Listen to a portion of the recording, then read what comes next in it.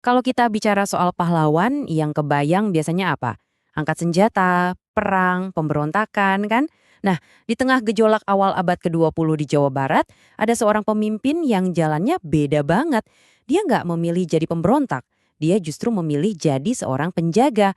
Yuk kita kenalan lebih jauh sama kisahnya. Coba deh dengerin kalimat ini. Tugas utama bagiku hanyalah satu, menjaga. Kedengarannya sederhana banget ya, tapi justru disinilah letak semua kuncinya. Ini jadi filosofi hidupnya. Jadi fokusnya itu bukan menaklukkan, tapi melindungi. Sebuah pendekatan yang sama sekali berbeda. Nah, ini dia tokoh utama kita, Raden Adipati Arya Prawira Direja II. Beliau adalah Bupati Cianjur dari tahun 1864 sampai 1910. Jadi kita nggak lagi ngomongin soal raja atau revolusioner yang angkat pedang ya. Kita lagi ngomongin seorang penjaga. Seseorang yang pinter banget menavigasi dunia yang super kompleks pada masanya, kejepit antara cengkeraman kolonialisme Belanda dan gempuran modernitas. Oke, sekarang kita coba masuk ke dunianya ya. Coba bayangkan suasana Cianjur di Fajar abad ke-20. Di satu sisi, ada tradisi leluhur yang harus dijaga kuat-kuat. Di sisi lain, tekanan dari sistem kolonial Belanda itu berat banget. Nah, inilah badai yang harus beliau hadapi setiap harinya.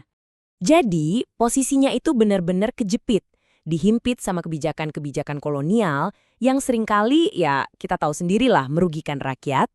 Terus, dari sisi lain juga dihimpit sama deru kemajuan zaman yang nggak bisa dihindari. Justru dari tekanan kanan-kiri inilah lahir gaya kepemimpinannya yang unik.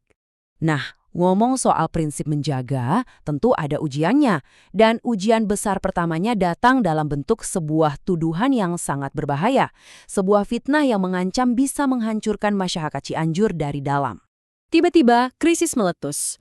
Koran-koran di Belanda rame banget nulis soal rumor bakal ada pemberontakan besar di Cianjur.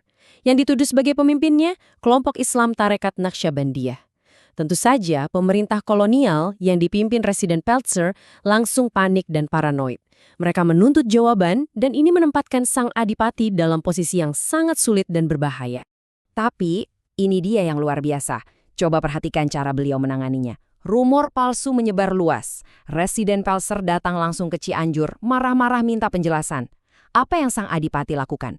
Bukannya panik, beliau malah membentuk tim investigasi gabungan yang transparan untuk cari kebenaran. Dan hasilnya terbukti, tim ini bisa nunjukin kalau semua rumor itu bohong dan sumbernya ternyata cuma satu tokoh pemecah belah di Sukabumi. Dia tidak melawan api dengan api, tapi dengan air. Dan hasilnya, lihat deh kutipan dari koran Belanda De Prangerbod ini. Mereka justru berbalik 180 derajat. Dari yang tadinya menuduh, sekarang malah memuji. Mereka bilang penduduk Cianjur itu taat beragama, menjaga nilai moral, dan ingin melestarikan warisan mereka dengan tulus. Ini kemenangan mutlak melalui kebenaran. Oke, itu tadi cara beliau menangani krisis besar. Tapi gimana dengan kehidupan sehari-harinya? Wah, ternyata setiap hari itu ibarat kelas diplomasi tingkat tinggi buat beliau. Selalu berjalan di atas tali tipis, menyeimbangkan dua dunia yang sangat-sangat berbeda. Ada satu cerita yang menarik banget nih. Suatu hari, pas lagi di Bandung, sang bupati mampir ke sebuah toko.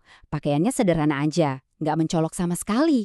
Nah, pas beliau di dalam, masuklah dua noni-noni Belanda ke toko itu. Karena penampilannya yang sederhana, dua noni Belanda ini ngira beliau itu pelayan toko.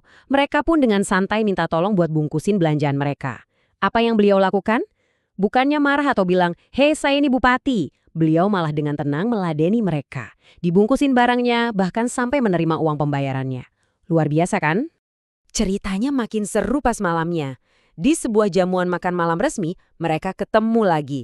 Dan disitulah kedua noni Belanda itu baru sadar. Kalau pelayan toko yang tadi siang mereka suruh-suruh itu, ternyata adalah tamu kehormatan.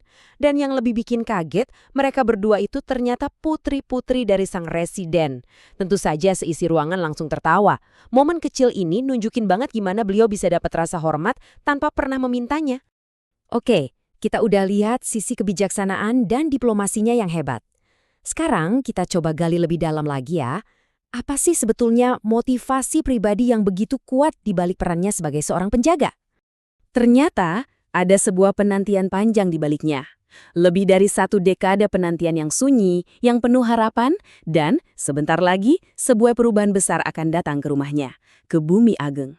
Dan pada tanggal 21 April 1901, penantian itu pun berakhir.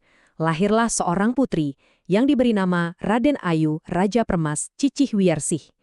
Kelahiran putrinya, yang akrab dipanggil Cicih, seolah memperkuat semua yang ia perjuangkan. Misinya kini bukan lagi hanya untuk rakyat atau budaya, tapi juga untuk masa depan yang nyata bagi keluarganya sendiri. Komitmennya menjadi sangat personal. Ia bersumpah, aku akan menjaganya tumbuh di sini, di tanah ini. Ia tidak akan dipisahkan dari akar budayanya. Ini bukan sekedar ucapan, ini adalah sebuah janji suci. Putrinya harus tumbuh besar sebagai seorang wanita Sunda yang bangga. Nah, dari urusan personal ini, ternyata ceritanya nyambung ke sesuatu yang jauh lebih besar, sebuah warisan untuk bangsa. Disinilah kita melihat evolusi perannya, dari seorang pelindung menjadi seorang pemungkin, seseorang yang membuka jalan. Suatu hari, sang adipati bertemu dengan seorang anak muda yang pemikirannya tajam dan radikal. Namanya Tirto Adi Surjo, seorang mahasiswa kedokteran dari Stovia di Batavia. Pertemuan ini jadi momen yang sangat penting, sebuah titik temu antara kepemimpinan tradisional dengan pemikiran modern yang revolusioner. Tirto ini blak-blakanan banget, dia mengungkap kalau politik etis Belanda itu cuma kedok. Kata dia, mereka bilang itu untuk kita, tapi semuanya mengalir ke pabrik mereka. Kita hanyalah bayangan di pinggir jalan. Intinya, itu cuma cara eksploitasi yang lebih halus. Dan sang adipati mendengarkan dengan penuh simpati. Dari pertemuan itu, lahirlah sebuah ide yang revolusioner, Sonda Berita. Rencananya gimana? Gini nih. Pertama, kumpulkan cerita langsung dari rakyat jelata. Kedua, terbitkan cerita-cerita itu di koran pakai bahasa mereka sendiri. Ketiga, sebarin korannya ke desa-desa, pasar, sekolah. Dan tujuannya? Membangkitkan kesadaran dan identitas bersama. Ini bukan revolusi dengan pedang, tapi revolusi dengan kata-kata. Jadi, kalau kita simpulkan, sebagai seorang penjaga, Raden Adipati Arya Prawiradireja II ini nggak cuma melestarikan masa lalu, ia juga secara diam-diam menanam benih untuk masa depan yang merdeka. Mungkin inilah tindakan penjagaan tertingginya, melindungi martabat rakyatnya di masa kini, sambil dengan hati-hati merawat jalan mereka menuju masa depan. Kisah beliau ini benar-benar menantang gagasan kita soal kepahlawanan kan? Di dunia yang seringkali menghargai suara yang paling keras, yang paling lantang, apa yang bisa kita pelajari dari seorang penjaga yang sunyi ini? Ini jadi pertanyaan buat kita semua. Apa sih artinya menjadi seorang penjaga di zaman kita sekarang?